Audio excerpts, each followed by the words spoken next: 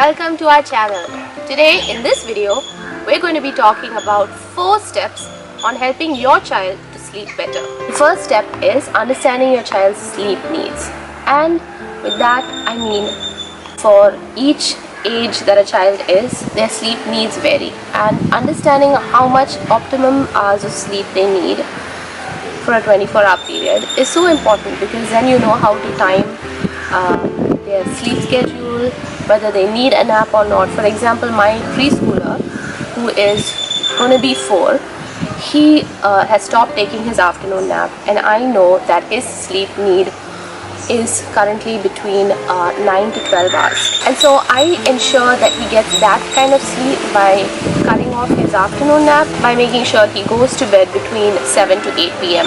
at night, and he wakes up in the morning at about 6:30, which is roughly below 12 hours, but it's in fairly what I need, what I want him to have. So I've arranged my son's sleep schedule to be where he gets 10 hours of sleep. That means he goes to bed at 8 p.m. at night and wakes up between 6 and 7, so 6:30 to 7, and that works for me. I find that my son has better alertness, is cheerful, overall happier, and just active. I feel like we've reduced our mood swings, tantrums, and just grumpy attitudes just by him making sure he has the right amount of sleep.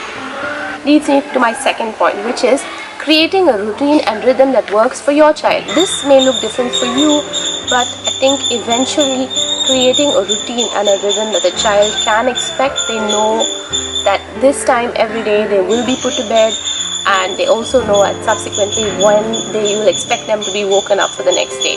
And it just creates a habit and a pattern which is overall better for you, better for your child. Research shows that an early bedtime, that is between 7 to 8, promotes better alertness, memory, and brain performance in your child. So ensuring that your child sleeps between this window might be good. Again, look at what works for you and your family. The third point is eliminate distractions. It's very important that closer to the child's bedtime routine, you start winding them down. This might be as simple as taking a bath, eating an after dinner snack around that time, reading books to them, which my children absolutely love. It may be as simple as having a family time. Probably just the family members that are there, just spend some time. Maybe it could be your family prayers, could be just hanging out together as a family, and then you put your child to bed. So something that is a routine but also winds them down. You're not having too many activities, they're not running around, they're not watching TV, because TVs and screens and anything that has too much light can overstimulate the brain, and we want to actually calm the child down. We want to help them understand that this is a time for them to rest, and that's when actually a lot of the brain growth and development takes place, when they actually rest. So it's so important for us to eliminate distractions and provide an environment for the child to go to sleep in and stay rested. And now I understand for everyone you may not be able to have like a separate room for the child, but I do think it's important to allot like a space for your child to sleep at that time. Maybe you dim the lights out if they don't have their own bedroom. Maybe you provide a quiet space for them to go to bed, and you provide that environment where they can actually go to sleep when it's not too distracting. I think it's so important for us as parents to prioritize that, the children need their sleep in a society where we kind of try to revolve children around whatever we do, and in the end we come up with children who are just tired, irritable, and then in school we see that they are just kind of lifeless, dull, sleepy, and really overall they're not very happy little children. The fourth point that I'm going to talk about today is ensuring consistency and constancy. Children, as you know, really thrive on a schedule, and it has been known that if you follow a pattern for about 28 days, it becomes a habit.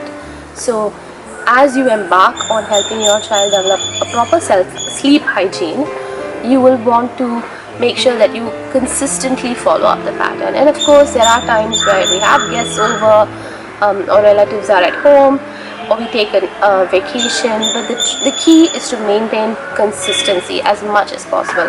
So it could be keeping the child's bedtime routine the same wherever you are, even if you have guests. It's just prioritizing it, making sure that your child knows that that's important to you and that is important to them.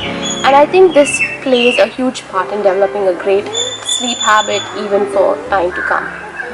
Again, one size may not fit all, but this is just my experience as a mom of two, and as a psychologist I realize that sleep is so important for children, that if you want to have overall healthier, happier children, probably sleep is something that is so important for us to factor into their lives. So it's never too late for you to start. I hope everyone watching will find these tips helpful, something that you can take away from. We talked about understanding your child's sleep needs, creating these healthy rhythms, patterns and routines in your family so that your child knows exactly what to expect, and probably a soothing down or a winding down routine. The third thing we spoke about was eliminating distractions, and like I said, put it as a priority for your family, for yourself, so that people around you in your ecosystem know that sleep routine is important to your child. Finally, making sure you're consistent and as regular as possible with your child's routine every single day, because then it helps the child also practice that even when they grow older. Thanks again for watching. We're so glad that you're here on this community. We hope that you'll like, share and subscribe to our channel for further updates. Thank you and see you again. Bye.